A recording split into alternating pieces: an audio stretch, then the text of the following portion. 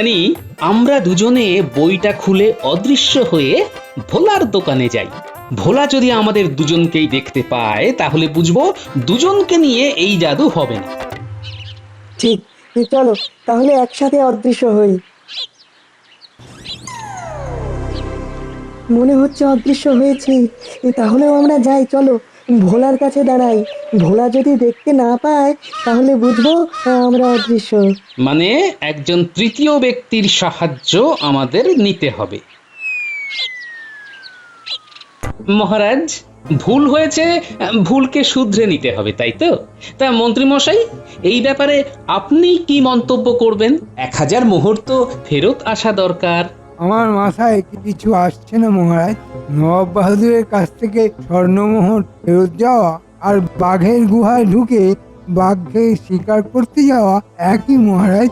মহারাজ, আমি বলি কি, একটা পত্র লিখুন, তাতে আমাদের ভুল স্বীকার করে নবাব বাহাদুরের কাছে ক্ষমা প্রার্থনা করুন। আমার দৃঢ় বিশ্বাস নবাব বাহাদুর কিছু একটা বলবেন এবং সেটা শুভই হবে মহারাজ। বলছো? হ্যাঁ হ্যাঁ হ্যাঁ হ্যাঁ, একটা চিঠি বড় লিখে দিই। আর একটা অনুরোধ করব গোপাল। করুন মহারাজ। আমার ইচ্ছে নবাব বাহাদুরের কাছে বার্তাবাহক তুমি হও। চিঠিটা তোমার হাত দিয়ে গেলেই আমি একটু নিশ্চিন্ত হই। 1000 মোহর তো আর কম নয়। আমার প্রজাদের স্বার্থে ওই 1000 মোহর অনেকখানি। তুমি কাল সকালে মুর্শিদাবাদ চলে যাও আর খাজাঞ্চি মশাইয়ের কাছ থেকে রাহা খরচ নিয়ে নিও। যথা আজ্ঞা মহারাজ। এরপর থেকে যাতে ভুল না হয় তার জন্য সমস্ত সভাসদদের আমি একটা আদেশ দিচ্ছি। রাজপ্রাসাদের মধ্যে যে গ্রন্থাগার আছে, অবসর সময়ে সেই গ্রন্থাগারের গ্রন্থগুলো সবাইকে পড়তে হবে, বুদ্ধির বিকাশ ঘটাতে হবে। গোপাল ফিরে আসুক, তারপর সবাই সময় করে গ্রন্থাগারের গ্রন্থের মধ্যে ডুবে যেতে হবে।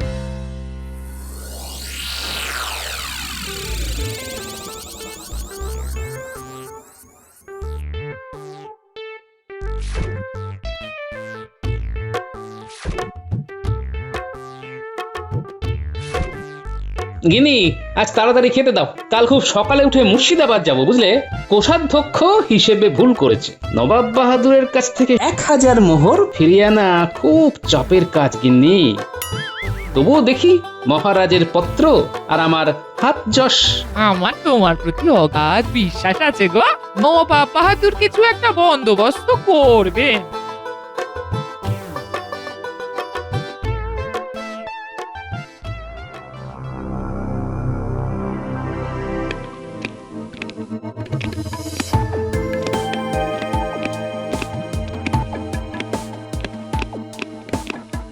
কি হয়েছে মহারাজ?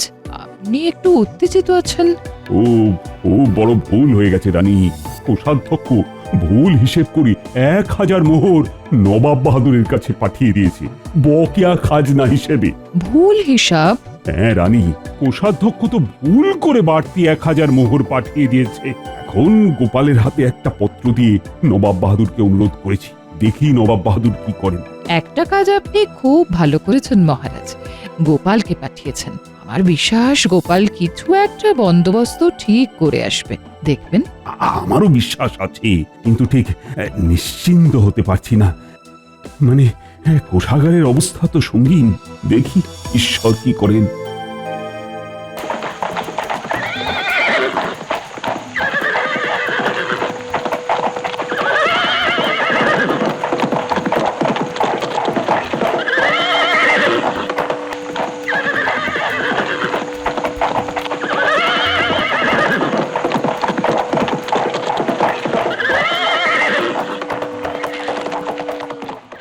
বলো কি গোপাল, এত বড় ভুল তোমাদের কোষাধ্যক্ষ করলো কি করে?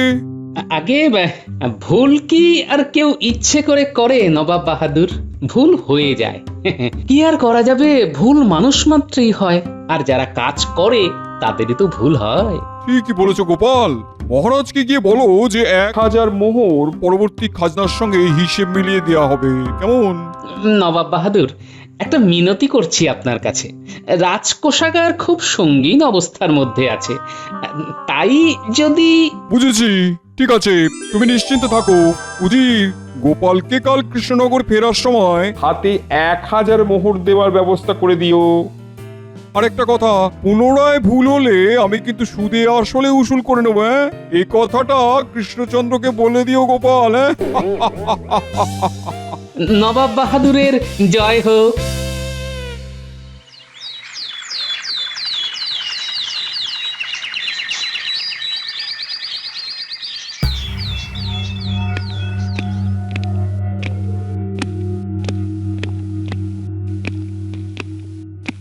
মহারাজ চিন্তা করবেন না, গোপাল যখন গেছে তখন ভালো খবরই আসবে। যদি উল্টোটা হয় কি ভালোভাবে বেইজ্জতি না হবে গোপাল। ওই তো গোপাল আসছে।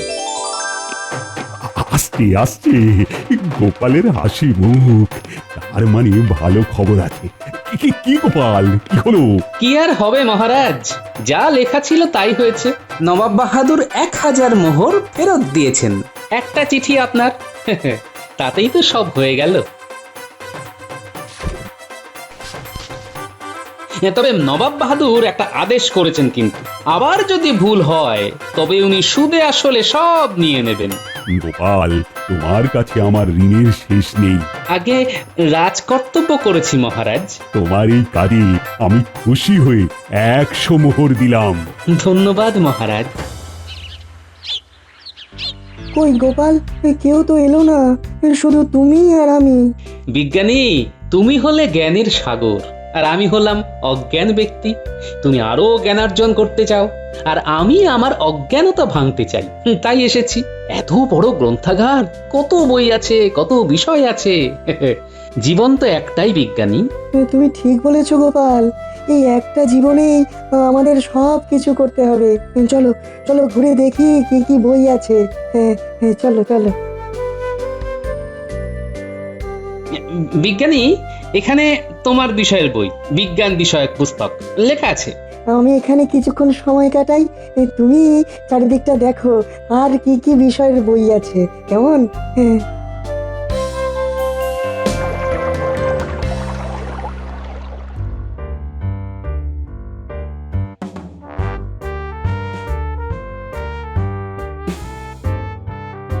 কি গো মন্ত্রী, গোপাল আর বিজ্ঞানী গ্রন্থাগারে গেল, তুমি গেলে না? মহারাজ, পুঁথিগত বিদ্যে দিয়ে কি রাজকার্য চলে? রাজকার্য চলে ব্যবহারিক বিদ্যা। আমার পুঁথিগত জ্ঞানের প্রয়োজন নেই মহারাজ। আচ্ছা ঠিক আছে, তবে যদি ভুল করো কোনোদিন তাহলে কিন্তু শাস্তি পাবে, এটা আমি বলে দিলাম। এইখানে বিভিন্ন বিষয়ের উপর বই আছে। আরে আরে, এটা কি বই? লেখা আছে নিজের দায়িত্বে পড়ুন, মানে দেখি তো। গোপাল, ও গোপাল, কোথায় গেলে গোপাল? বিজ্ঞানী, আমি তো তোমার উল্টো দিকেই দাঁড়িয়ে আছি, তুমি আমাকে দেখতে পাচ্ছ না? কই কই না তো, আমি তো কিছুই দেখতে পাচ্ছি না।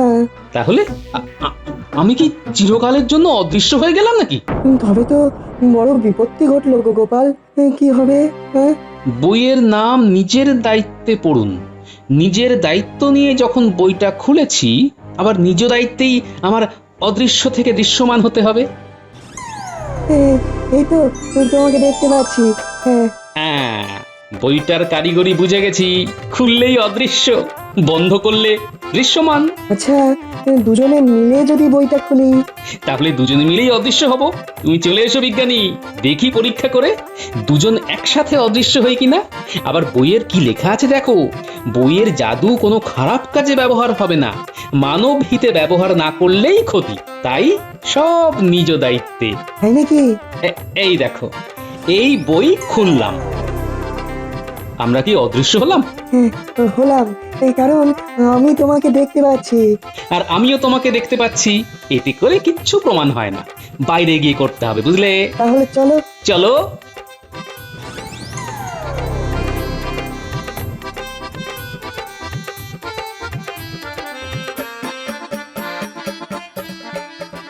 বিজ্ঞানী, আমরা দুজনে বইটা খুলে অদৃশ্য হয়ে ভোলার দোকানে যাই। ভোলা যদি আমাদের দুজনকেই দেখতে পায় তাহলে বুঝবো দুজনকে নিয়ে এই জাদু হবে না। ঠিক, চলো তাহলে একসাথে অদৃশ্য হই। মনে হচ্ছে অদৃশ্য হয়েছি, তাহলেও আমরা যাই, চলো ভোলার কাছে দাঁড়াই। ভোলা যদি দেখতে না পায় তাহলে বুঝবো আমরা অদৃশ্য। মানে একজন তৃতীয় ব্যক্তির সাহায্য আমাদের নিতে হবে।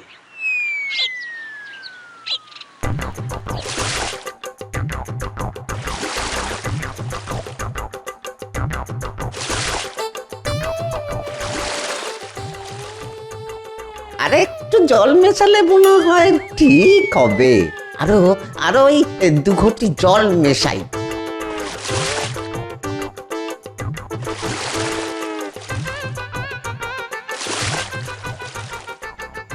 দেখছো বিজ্ঞানী, দুধে জল মেশাচ্ছে। আমরা তো ভোলার সামনেই দাঁড়িয়ে আছি, ভোলা দেখতে পাচ্ছি না। ভোলা ভাই, আমাকে 10টা রসগোল্লা দাও। এই নাও 5 মোহর। ও 5 মোহরে ওই 5টা রসগোল্লা হবে। হ্যাঁ, দাম কবে থেকে বাড়ালে ভোলা ভাই? আজ থেকে, এই মুহূর্ত থেকে। এ তো সহ্য করা যায় না। দুধে জল মেশাচ্ছে। কৃষ্ণনগরে থেকে কোনো খারাপ কাজ করা যাবে না। দাঁড়াও, তোমার হচ্ছে। কারা যেন ওই ফিস ফিস করে কথা বলছে। না না না, কাউকে তো দেখছি না। দুধে জল মিশিয়ে গ্রামবাসীর থেকে বেশি জল নেওয়া তোমার বার করছি। হ্যাঁ, এ তো ওই গোপাল দাদার গলা। আমিও দেখেছি তুমি দুধে জল মেশাচ্ছ। দেখি রে বাবা, ভুতুড়ে কাণ্ড কারখানা। ভয় পেও না তুমি। তুমি দাঁড়াও, রসগোল্লা নিয়ে যাও। বিজ্ঞানী, তুমি ভাঁড় বার করো, আমি রসগোল্লা তুলছি। ঠিক আছে গোপাল।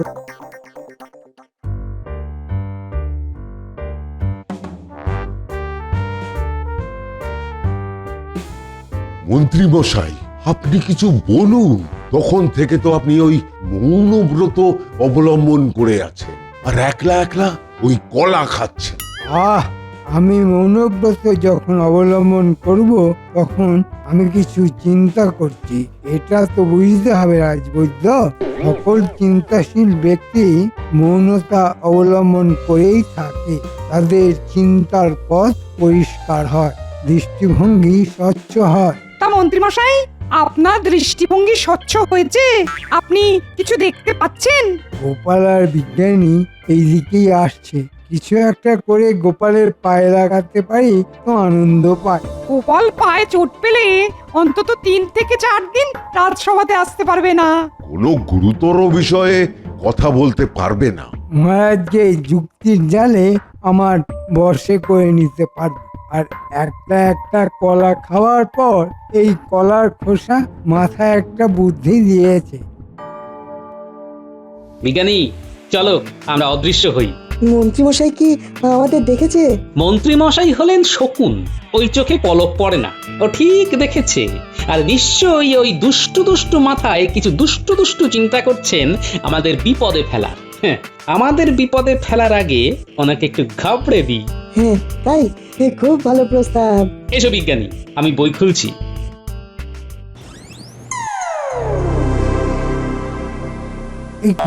গোপাল আর বিজ্ঞানী কোথায় অদৃশ্য হয়ে গেল?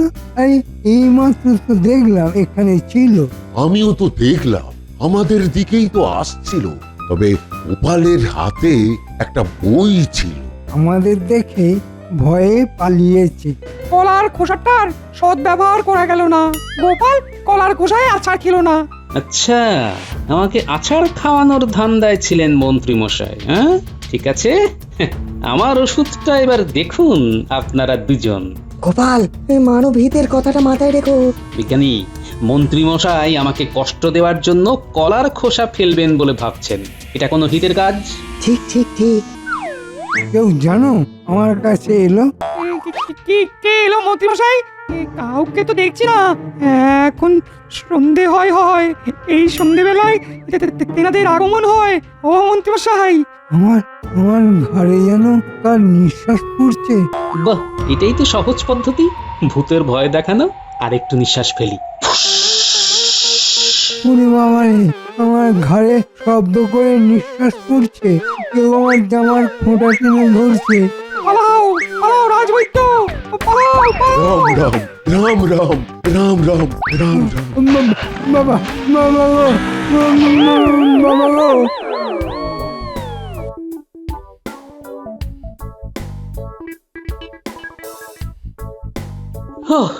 বাবা, রোগা শুটকি মাছের মতো হলে কি হবে? বেশ ভারী ওজন আছে। ঠিক বলেছো। এই তো মন্ত্রী মশাইয়ের বাড়ি এসে গেছে, এবার গিয়ে দরজায় একটা ধাক্কা মারি। বিজ্ঞানী, তুমি একটু মন্ত্রী মশাইকে শক্ত করে ধরো। ধরেছি, তুমি দরজা ধাক্কা দাও। দরজা খুলুন গিন্নিমা, দরজা খুলুন। গোপালের গলা না, আসছি। একি ওনার কি হয়েছে?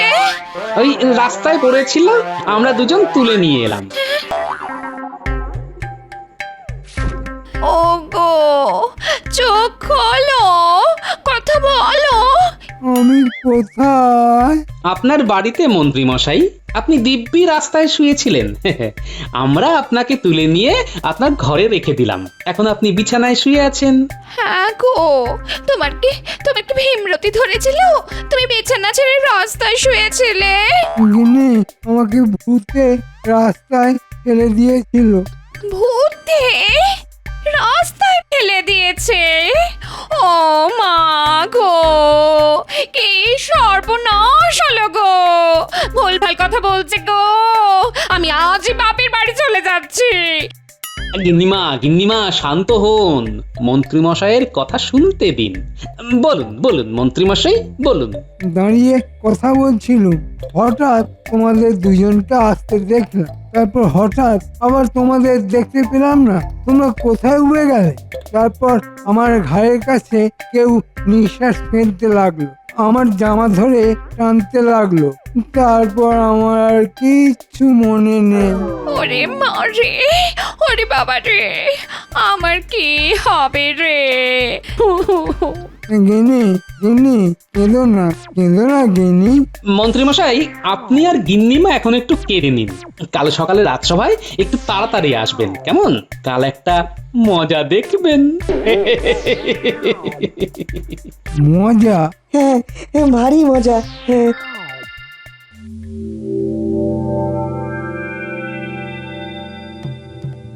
মহারাজ, ওই গোপাল দাদা আমাকে আপনার কাছে আসতে বলেছিল।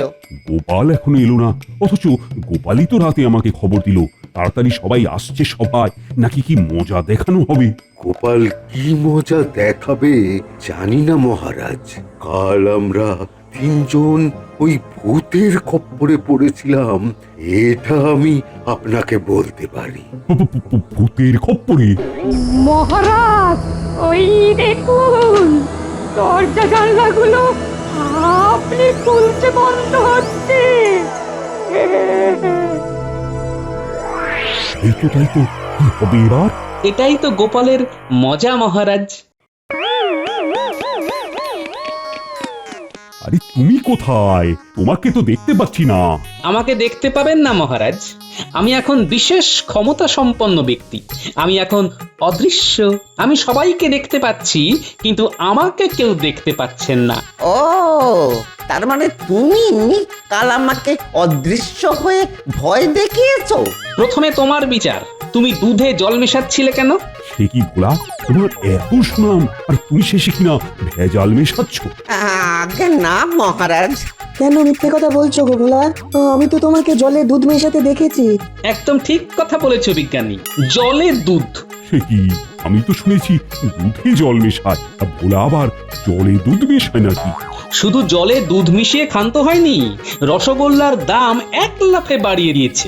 আগে 5টি মুহূর্ত 10টা রসগোল্লা পাওয়া যেত, ভোলা জলে দুধ মিশিয়ে সেই রসগোল্লা 5টা 5 মুহূর্ত দিচ্ছে। আমি দেখেছি নিজের চোখে। গোপাল, এবার তুমি দৃশ্যমান হও। ঠিক আছে, এই দৃশ্যমান হলাম। এসব কি ঘটছে? আমার তো মাথাটাই বরং ঘুরছে। এই সবই এই জাদু বইয়ের কামাল মহারাজ। আপনার গ্রন্থাগারে এই জাদু বইটি ছিল, এবং এটা পাওয়ার পর অনেকগুলো সত্য আমার চোখের সামনে চলে এসেছে। সেগুলো এখন আমি সভায় ব্যক্ত করব মহারাজ।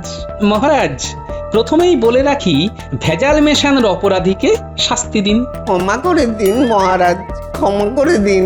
এটাই আমার প্রথম আর এটাই আমার শেষ অপরাধ। না না না না, প্রথম আর শেষ বলে কোনো কথা নেই। অপরাধ হলো অপরাধ। ভেজাল মেশানোর অপরাধে তোমাকে 3 দিনের কারাদণ্ড আর 100 মোহর জরিমানা করলাম। এরপর আসবে মন্ত্রীমশাই। আমি কি করলাম গো? মহারাজ, মন্ত্রীমশাইয়ের অপরাধ আরো বেশি।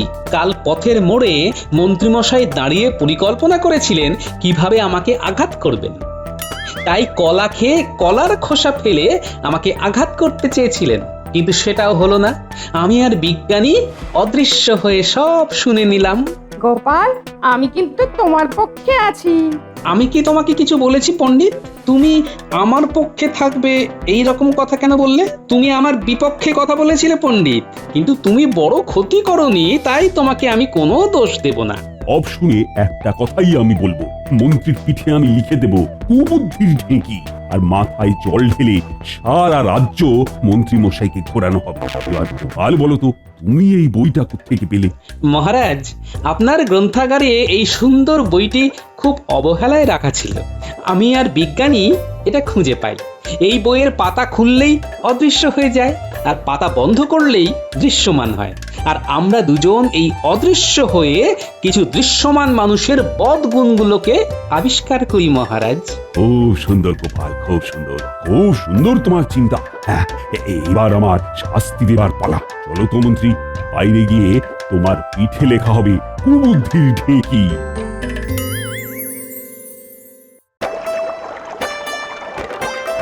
আমাকে ক্ষমা করে দিন মহারাজ, আমাকে ক্ষমা করে দিন। তোমাকে ক্ষমা করব? তুমি তো ভয়ানক লোক, ঠান্ডা মাথায় মানুষের ক্ষতি করতে চাও। কোনো ক্ষমা নেই। এই পুটি উল্টে, তোরা থেমে থাকিস না। বল বল, ছড়াকার। মন্ত্রীমশাই জব্দ ভারী কুবুদ্ধি দিয়ে শাস্তি পেয়ে যাচ্ছে এখন হাঁড়ি মাথায় নিয়ে। মন্ত্রীমশাই জব্দ ভারী কুবুদ্ধি দিয়ে শাস্তি পেয়ে যাচ্ছে এখন হাড়ি মাথায় দিয়ে। যেমন কর্ম তেমন ফল।